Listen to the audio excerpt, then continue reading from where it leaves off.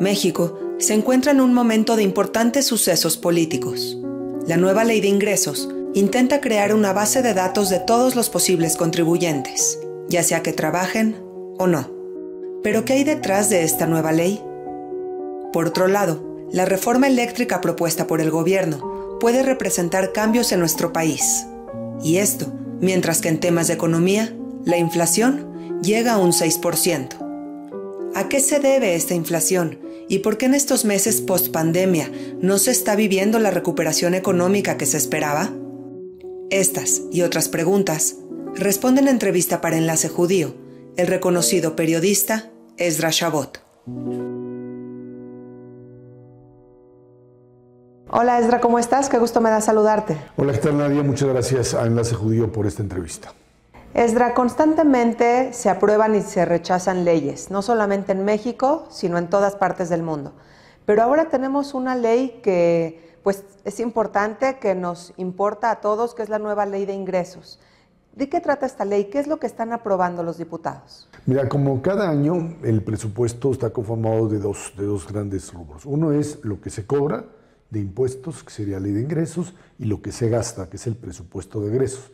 Hasta el momento en que estamos platicando, lo que está aprobado, Cámara de Diputados, seguramente en senadores, es lo que van a cobrar de impuestos. Siempre le mueven porque pues, es importante tener los suficientes recursos. Ese es el gran temor de los gobiernos, quedarse sin dinero, tener que pedir prestado y pedir prestado a veces de más. Lo que, bueno, luego, como sucede en cualquier economía familiar, si no tienes con qué pagar, pues te metes en un problema. Aquí, pues esto ha derivado en una situación un poco complicada. ¿Por qué razón? Porque en esta ley de ingresos lo que están haciendo es, por un lado, tratar de meter a todos los jóvenes de 18 años en automático y pues ahora sí que a fuerzas al Registro Federal de Contribuyentes. Que todos que cumplan 18 años tendrían necesariamente que entrar a convertirse en contribuyentes, aunque no declaren, aunque no tengan actividad económica. Lo que pues sí pone a dudar a muchos de que si esto es un mecanismo más de control que realmente una forma de obtener mayores recursos. El problema con esta situación es que pues, nos volvemos a meter otra vez en otro de estos modelos que hemos visto a lo largo del tiempo.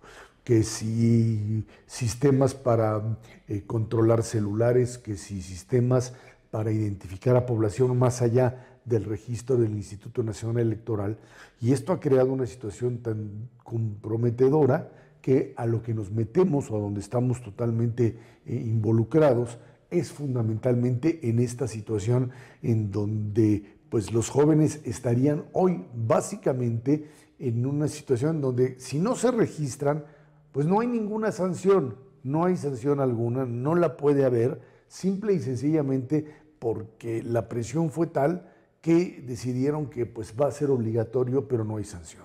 Ese es uno de los aspectos importantes. El otro es el de la deducibilidad, o sea, los donativos. Hay que recordar que los donativos son deducibles hasta determinado rubro. En este momento lo que se está haciendo es pues, prácticamente quitarle a las personas físicas, o sea, no a empresas, pero a personas físicas la posibilidad básicamente de hacer donativos y deducirlos, porque te van a juntar todo, que gastos médicos, que todo tipo de deducciones van juntas y tienen un límite. Entonces prácticamente pues ya no podrías deducir absolutamente nada y el donativo sería un donativo en donde no habría ninguna posibilidad de deducción, le quitan un incentivo para ello. Esto ha traído una protesta por parte pues, de muchas fundaciones, que pues, algunas dicen que han hecho mal uso de ello, pues, habría que auditar a las fundaciones que han hecho eso, pero lo que sí están haciendo es reducir enormemente la cantidad de dinero que se le dona a estos espacios, porque dicen que es finalmente una obligación de gobierno. Obviamente no tienen la capacidad para hacer todo eso, pero en un momento determinado, ante la imposibilidad de generar este tipo de apoyos a todos, lo que el gobierno está haciendo es pues, tratar de evitar que el resto de la población pueda beneficiarse por hacer algún tipo de donativo. En esas están, vamos a ver qué hace el Senado de la República y finalmente pues, la parte más importante, esperar que estos ingresos les alcancen el año que entra para todo lo que piensan gastar, porque si no, pues sí, vamos a tener un serio problema. Tienen un colchón ahí muy grande que es el precio del petróleo, que ha estado subiendo y subiendo y que con eso podrían compensar. Nada más que para eso hay que producir suficiente petróleo, lo que no han podido hacer en los últimos años. Sin duda no se ha podido realizar en los últimos años. Y otro tema en el tintero es la reforma eléctrica.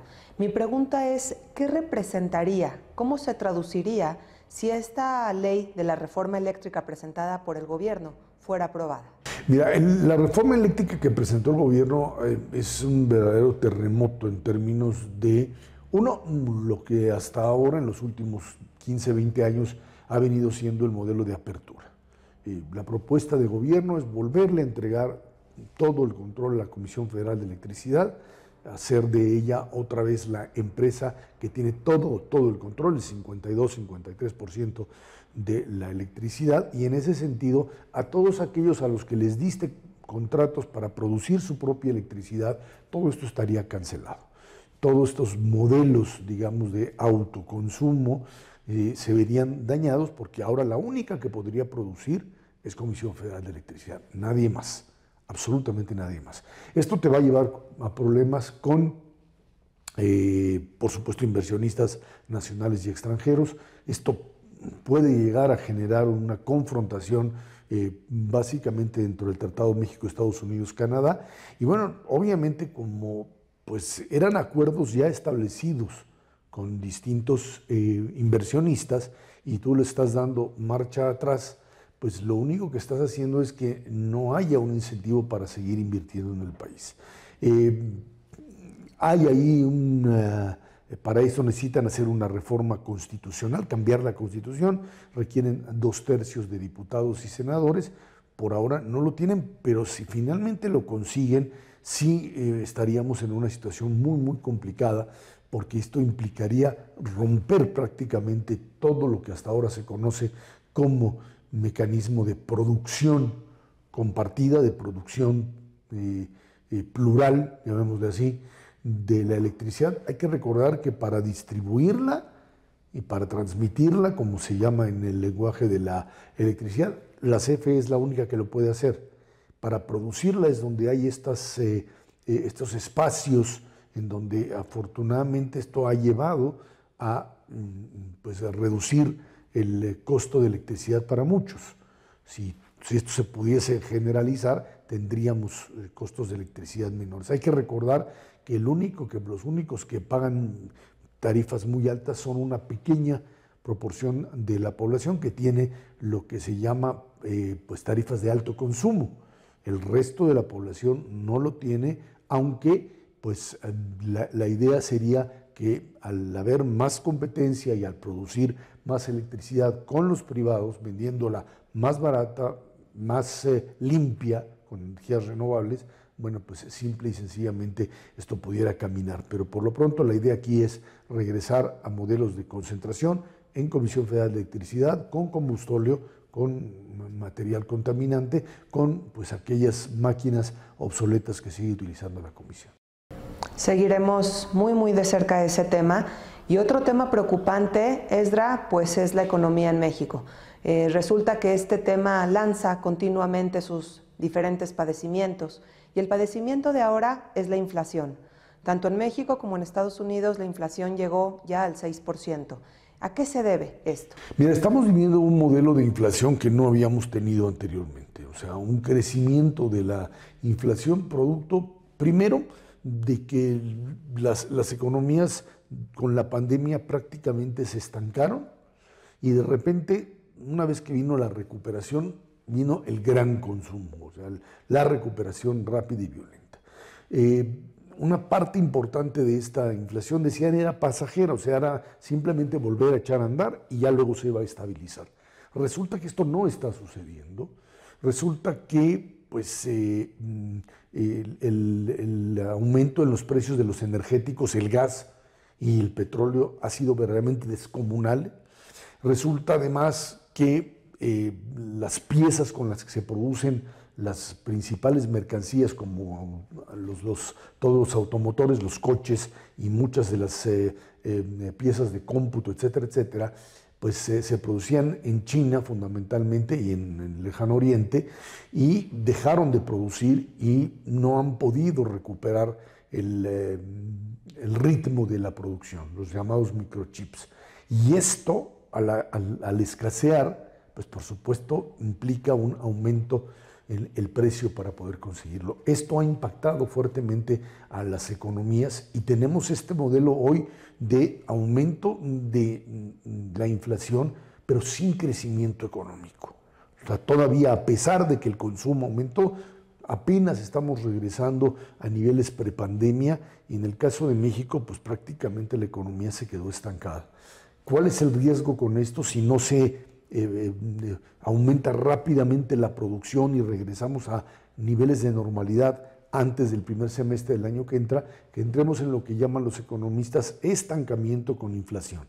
Estanflación se llama esto, stagflation le llaman los americanos, que es que los precios suban a pesar de que la economía esté parada. Esperemos que esto no suceda. Ahí está el dinero que emitieron en Estados Unidos, que son millones y millones y millones de dólares, pero no está el consumo, no está la gente gastando, porque también no hay los productos suficientes. Es una especie de nudo del cual no se ha podido salir. Todo el tiempo se dice cotidianamente que esto va a pasar, pero ya los ritmos, los tiempos, pues nos confirman que esta inflación pasajera pues ya se volvió relativamente, si no permanente, por lo menos constante.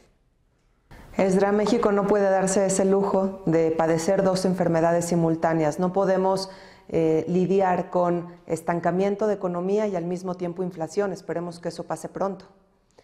Pues sí, el problema para eso, o la forma de resolverlo, que es lo que están planteando en muchos espacios, es la necesidad fundamental de generar mayor inversión. Esto es lo que hoy la gran apuesta que se está haciendo es traer inversión. Y para eso tienes que tener Estado de Derecho, o sea, reglas claras, ser competitivo. México lo es, México tiene, gracias al funcionamiento del Tratado México-Estados Unidos-Canadá, la posibilidad de generar este tipo de divisas. Hay que recordar que pues, en este juego del terror que fue la pandemia, muchísimo dinero de las inversiones financieras de bancos, casas de bolsa que había en México, de valores de gobierno, se fueron. Y uno dice, ¿y por qué no le pegó al peso mexicano? Porque las exportaciones mexicanas finalmente repuntaron y eso compensó, además de las remesas, del dinero que viene de afuera. Esto hizo que en México pudiese compensar esta situación. Pero si en el mediano plazo no atraes esa inversión, no te vuelves un polo de atracción de este tipo de dinero, que es lo que todos están buscando, pues finalmente te vas a meter en una situación en donde sin crecimiento lo que vas a tener es una presión por parte de la población. Por eso es importante generar rápidamente lo que sería este tipo de confianza, aumento de consumo y por supuesto aumento de producción. Estamos metidos. Hoy el tema económico es fundamental para poder entender que los países que logren salir de la pandemia, como ya está sucediendo en los últimos meses, tienen que meterse de lleno a lo que es su prioridad fundamental, que es crecimiento. ¿Cuánto se va a crecer el año que entra? Hay que crecer por arriba del 3, por arriba del 4, hay que recuperar esa balanza de crecimiento para poder satisfacer lo que se perdió y lo que se incorpora, porque hay que recordar que cada año más jóvenes llegan al mercado de trabajo y si no das esa salida, lo único que tienes es una olla de presión cada vez más difícil de controlar. Sin duda, Esdra, y cambiando de tema y finalmente, pues seguimos batallando con el tema de las vacunas, no solamente en México, en todo el mundo. Quisiera preguntarte por qué la Organización Mundial de la Salud no está autorizando las vacunas Sputnik y CanSino. Mira, es algo que incluso ha habido una especie de contrapunto entre el presidente López Obrador y la Organización Mundial de la Salud. El problema radica en que en México se aplicaron fundamentalmente vacunas que cubrieron todas las etapas de la investigación, las publicaron y aparecieron como vacunas de emergencia, pero con todo el proceso hasta el final. Incluso otras vacunas chinas como Sinovac, Sinopharm, etcétera, fueron aceptadas. Hay dos, la CanSino, que es una investigación conjunta entre Canadá y China, por eso se llama CanSino, que no llegaron a presentar lo que serían los resultados finales. Lo mismo sucede con la Sputnik en Rusia. Se dice que ¿por qué no los presionan? Pues pueden presionarlos, pero si ellos no alcanzan a presentar el estudio completo y la están aplicando, porque con lo que tienen les parece que es suficiente para reducir el contagio o reducir los efectos del COVID, pues la siguen aplicando. Ni Europa ni los Estados Unidos le dan validez a esas dos vacunas.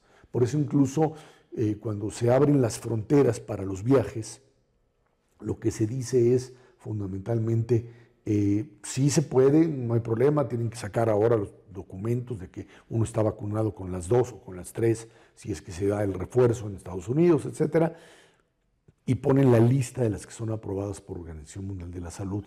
Y los que tienen Sputnik o tienen CanSino, simple y sencillamente no pueden viajar porque son vacunas que no han cubierto el proceso completo. ¿Qué quiere decir esto? Que para países europeos y países como Estados Unidos, Canadá, por lo menos, esas vacunas no garantizan totalmente, o por lo menos en los niveles mínimos de certeza, la capacidad de controlar o de combatir efectivamente, eficazmente al virus.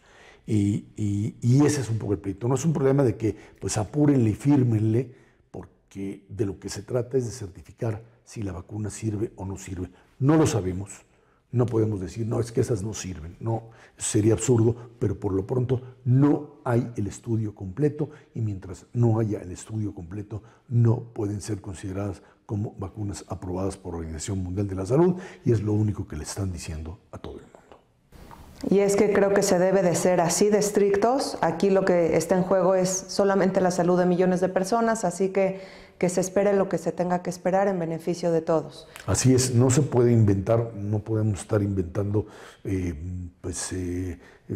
lo que uno diría formas mágicas para resolverla o determinado tipo de vacuna. Incluso en Rusia, si vemos en los últimos semanas ha habido un repunte enorme, dicen por la lentitud en la vacuna, en la aplicación de la vacuna. Y uno se pregunta por qué la lentitud, cuando analizan por qué. Tiene que ver, es cierto, con lo grande del país, con también un sistema de salud no muy ágil, pero también con un rechazo de la población a ponerse una vacuna que finalmente, a pesar de la propaganda interna que se da en Rusia, pues la gente no quiere aplicarse una vacuna que no están totalmente convencidos de que puede funcionar. Ese es el problema realmente. Así es, seamos responsables todos y entendamos que también seguimos en un proceso. Esdra, muchísimas gracias por tu tiempo y espero verte el próximo mes. ¿Te parece bien? Muchísimas gracias a nadie y muchas gracias a Enlace Judío por esta plática. Gracias, Esdra. Un abrazo.